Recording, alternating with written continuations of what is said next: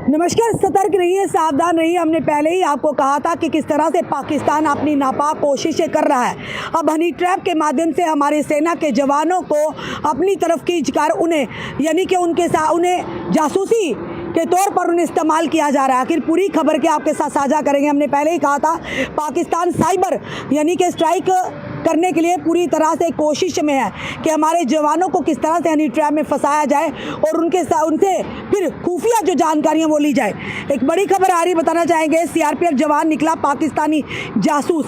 कैसे हुआ शक? पहलगाम में थी तैनाती, कैसे हुआ हनी ट्रैप का शिकार? पाकिस्तानी लड़कियों के हनी ट्रैप में फंस गया था सीआरपीएफ जवान। गिरफ्तारी के बाद हुए कई चौंकाने वाले खुलासे। पाकिस्तान के लिए जासूसी करने के आरोप में सीआरपीएफ के एएसआई को एनआईए ने गिरफ्तार किया है। जांच में पता चला है कि वह 2023 में हनी ट्रैप में फंस गया था और उसके अकाउंट में संदिग्ध लेन देन भी पाया गया। पाकिस्तान के लिए जासूसी करने के आरोप में एनआईए द्वारा गिरफ्तार किए गए सीआरपीएफ के एएसआई ने ऐसे मामले में पता लगा है कि उसे 2023 में पहले पाकिस्तानी एजेंटों द्वारा हनी ट्रैप में फंसाया गया। आरोप है कि इसके बाद वह पाकिस्तान के लिए काम करने लगा। फिर 2024 में भी ये एक पाकिस्तानी अकाउंट से किसी लड़की से संपर्क में आया। इसके अकाउंट में लाखों रुपए की कई संदिग्ध ट्रांसफर्स भी मिली। इनका पाकिस्तान से कनेक्शन मिलता लग रहा था। पूरे मामले में अब एनआईए आरोपी एएसआई को गिरफ्तार कर उसे रिमांड पर लेकर पूछताछ कर रही है। मामले में जांच से जुड़े सूत्रों ने जानकारी देते हुए बताया कि इस मामले में सबसे अहम जब जम्मू कश्मीर में 22 अप्रैल को पहलगाम के 22 सरन घाटी में हुआ आतंकवादी हमला है, उसमें एक लोकल और 25 पर्यटक की जान चली गई थी। जांच में सामने आया है कि सीआरपीएफ का ये आरोपी जवान जो कि जम्मू कश्मीर में सीआरपीएफ की उसी 116वीं बटालियन का हिस्सा था, जिसकी तैनाती पहलगाम में थी। आतंकी हमले से 5 दिन पहले 17 अप्रैल को ये अचानक इमरजेंसी लीव लेकर, ये छुट्टी लेकर बताकर घर चला गया था। इस बीच में 22 अप्रैल को पहलगाम में टेरर अटैक हुआ तो देश भर से पाकिस्तान के लिए काम करने वाले कुछ संदिग्धों को भी पकड़ा गया।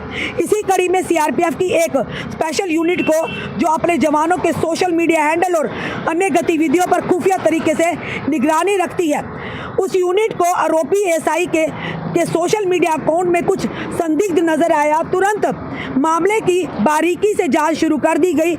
इसी बीच ये भारत पाकिस्तान के बीच में हुई सैन्य कार्रवाई के दौरान भी छुट्टी से वापस नहीं आया, लेकिन सीआरपीएफ की एक खास सेल इस पर निगाह रखे हुए थी। जब मामला काफ़ी हद तक साफ होने लगा कि इसका कोई ना कोई पाकिस्तानी खुफिया अधिकारियों ने पीआईओ से मिल रहा है, तब इसे दिल्ली बुलाया गया। बताना चाहेंगे, जहां पहले सीआरपीएफ ने शुरुआत में अपने स्तर पर इसे पूछताछ की, फिर बताना चाहेंगे मामले में मिले कुछ अहम सबूतों के आधार पर इसे एनआईए को सौंप दिया गया, जहां एनआईए ने इसे 21 मई को गिरफ्तार कर लिया गया। अब एनआईए इसे पूछताछ कर रही है। इसके ठिकानों पर भी छापेमारी की जा सकती है। एनआईए इसके भारत में पाकिस्तान एजेंटों के लिंक खोज रही है। उम्मीद है कि जल्द ही कुछ और लोग पकड़े जा सकते हैं जो भारत में रहते हुए पाकिस्तान के लिए काम कर रहे हैं। गिरफ्तार आरोपी से इस बात की जानकारी भी ली जा रही है कि क्या पहलगाम आतंकी हमले से उसका कोई लेना देना है या नहीं है। क्या इस हमले के लिए उसने आतंकवादियों की कोई मदद की थी? सीआरपीएफ के जवान को इस बात की जानकारी अच्छे से थी कि बैसरन घाटी में सैकड़ों की संख्या में सैलानी यानी पर्यटक जाते हैं, लेकिन वहां उनकी सुरक्षा के लिए ना तो जम्मू कश्मीर पुलिस है और ना ही सीआरपीएफ की कोई टुकड़ी है।